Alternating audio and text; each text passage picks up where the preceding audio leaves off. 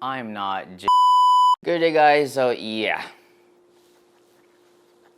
I'm Practiphile. And this is Mashu. Hey, Mashu, go. Yeah, do I look like I just woke up? I just woke up. Anyhow, today we're gonna take a look at the review, the Letshuoer S12 2024 edition. Now, why did I decide to show my face? Well, maybe this is the reason. But yeah, it might be kind of like a long video because I need to explain some stuff because I'm gonna be ranking this really high.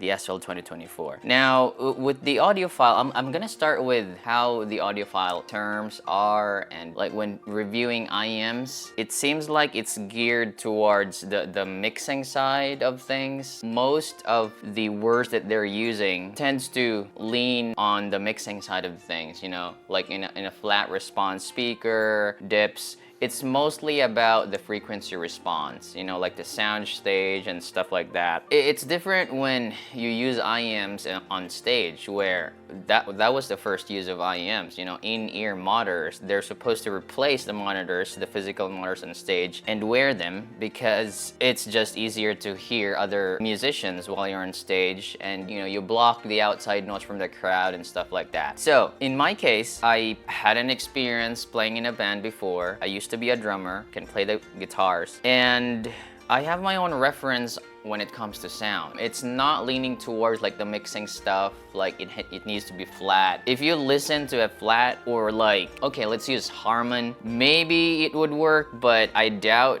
because you just need some mid bass when you're on stage. You just need that, because drummers and bassists, they go hand in hand. They have to hear the beat. That's just it. So moving forward, in my case, playing drums. Now with the other instruments, you attach them to, you connect them to an amplifier, stuff like that. So you don't really know, depending on the amplifier, of course, your guitar is gonna sound different, right? Technically. But with the drums, I mean, you can attach it, but I hear how my snare should sound. I tune it. I hear how my tom should sound. I tune it. Cymbals, crash, hi-hats, everything, okay? I hear it. And so in my case, my reference would be how a drum kit should sound, and if they sound unnatural, if they sound boosted, it's gonna affect the timbre on the hi-hats, it's gonna affect timbre on the snare, stuff like that. So when I review IEMs, I always listen to drums, and for some reason, if the drum set sounds correct for me, the other influence would follow, you know, like how an acoustic guitar should sound, and just the other stuff. So yeah, that's how I get my reference. Moving on, here with the Letshuoer S12 2024, they've recycled this planar many times. Many times. They've got like the S12, Z12, and Cola Visios, and we have the S12 Pro, maybe the S15s as well, and then finally this one. Are they ripping you off? I'm not sure, but I'm pretty sure that Letshuoer releasing a similar planar size, packaging it like this, limited edition, maybe they tune it better. Maybe they put a lot of attention to it. What I notice about Letshuoer is like my target is actually, how do I say, like I've given a lot of high praise to some of the Letshuoer products, like the DZ4, I ranked it S. Cadenza 4, it's an S ranker. Cadenza 12 is an S ranker. S15, Galileo. For me, the tuner on the S12 or the Letshuoer is just, maybe he plays music, it's just, you know,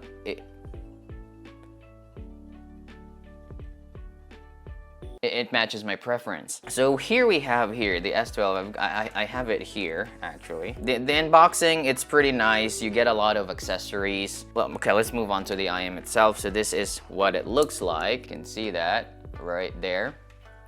Now, the problem with this one at first is this curved ear hook here, these are pretty narrow, like probably around this, and it's gonna affect the fit. So what I did is, you know, I just fire lighter candle or whatever, some heat in there, and kind of like stretch it out so that the angle is a little bit wider, and it fits your ears much better. You get a good seal, no leak or whatsoever. They fit really well. I think that the nozzles are longer compared to the S12 Pros. Let me just double check on that. Is it though? Oh my god, I'm so lousy. Yes, it's a little bit longer. I don't know how long, but just eyeballing it, it's a little bit longer. So how do they sound? Well, let's talk about that. Tonality, it's perfectly balanced. For me, it's almost leaning to it. It's very close to neutral, but at the same time it's balanced because there's some bass, there's a little bit of coloration in the treble. But for me, I'm calling it reference balance. It sounds natural sounding. It's just is. And with the technicalities of a planar, it's not like it's DD sounding. Maybe it has a smidge of that planar zinginess in the treble, but it's improved. They've improved it. Letshuoer improved everything about the S12s. Forget about the previous S12s. This is the one to get. I'm just gonna listen to it again. Yeah. Oh my god. It's so good. Incubus Out From Under. Let's just score this one here. So for tonality, I find it extremely well balanced. It's a very natural sounding planar. It has that naturalness that the S08 has, but at the same time, like the S08 can be really dark in the treble. It sounds like a DD. But the S12s, it's got like, okay, this is a planar. It sounds natural. It beats a lot of DDs in its price range. In my opinion, maybe different, but it's just, I'm giving it a 3 for the tonality. It's just perfect. Like when I listen to it, like any genre I listen to, pop, rock, alternative, reggae, whatever, like even my voice, it's just amazing. It's 3. I'm going with a 3 for tonality because look at the graph here. There, the sub bass rise comparing to the gain. Yeah, there's a little bit of elevation there in the sub bass, but it's a planar. It's fast. You know, you don't really hear much about when it's a planar. You know it's a planar because they graph really high, but then on listening, it's so clean sounding. That's why a planar, for it to be very bassy, you have to like it seems to be not affected with any boost because of how it, you know, fast it is, how tactile it is. Because again, like compared to a DD where it's going up, a planar is like going to the side, so you're not getting a lot of muddiness in the mid bass. And then you've got like a decent elevation there around 6K, not a problem. They removed that peak there in the 8K. Some people would say like 8K is a coupler peak, but sometimes it's a real peak there. There's some elevation and you can see that. Sometimes you can hear it. And lastly, here in the upper frequencies above 10K, it's well implemented, I think. It's not really like a sharp treble. It's just natural sounding for me. So that's the tonality, that's the graph. Bass, oh man, the bass on these, at first I was like, yeah, the bass of a planar, but sub bass is there. The balance of sub bass and mid bass is just really enough. It's very good. You hear the bass notes well. I was listening to Urbanddub's Life is Easy. There's this intro bass line in there. Dun dun dun dun dun dun dun dun dun dun dun. You know, if you know the song, it's fine. It's really good. It's resolved pretty well. I thought I'm gonna give it a lower bass because for me, passive radiators, when an IM has a passive radiator, it sounds really visceral. It's so realistic for me. So I was thought like, man, maybe planars can't do it. But yeah, it's fine. It's not as good as IMs with passive radiators, but it's doing its own way, you know, making it clean sounding without interfering with the, you know, with the mids. Mids also, they sound natural. I can even say that it's mid-centric.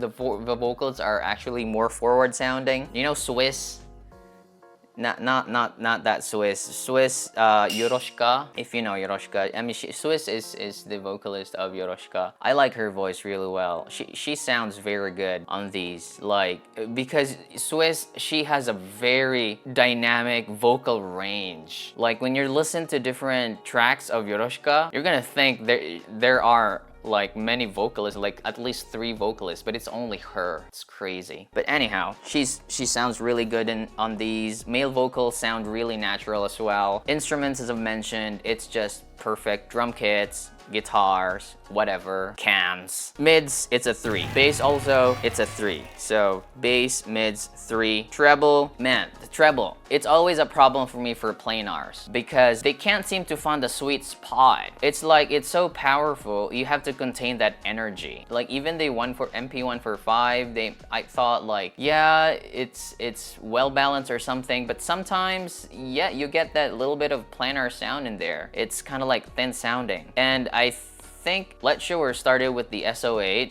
I was surprised because they were able to obtain a natural sounding planar almost like a DD like. And you got it here on the S12 2024. It's amazing. The hi-hats, the rides, it's just amazing, man. It's natural sounding for me. It really is. What was I listening to? The Worst by Polyphia, maybe around 2 minutes. You get this, you know, cymbals running in the background. It's just amazing, man. Like, it's good. It's good. This treble, I'm gonna give it a 3.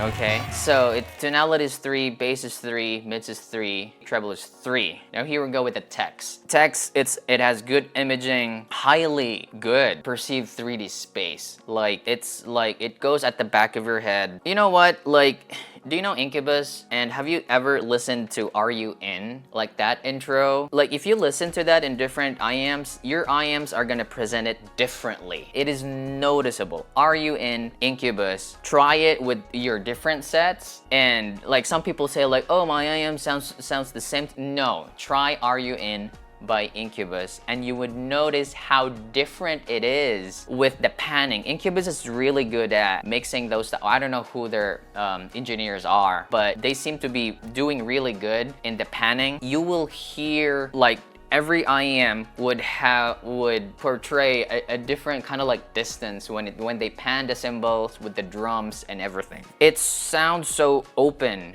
with the S12 2024. It just is. I mean, the timbre. So for me, resolution is not about like you hear a lot of air or something. No, for me, resolution is how real an instrument would sound compared to like a real life instrument. That's resolution for me, right? Like compared to like, you know, like a TV, you'd know if it's 3D rendered, Nemo doesn't look real. However, like if the colors seem to like almost, you know, like, come on, man. I don't have to talk about education on what real, that's just for me. Some people think that boosted highs, you know, like they hear more stuff. That's not resolution for me, okay? For me, less is better because the highs are not boosted, and so it renders cymbals to sound closer to real life. That's resolution for me.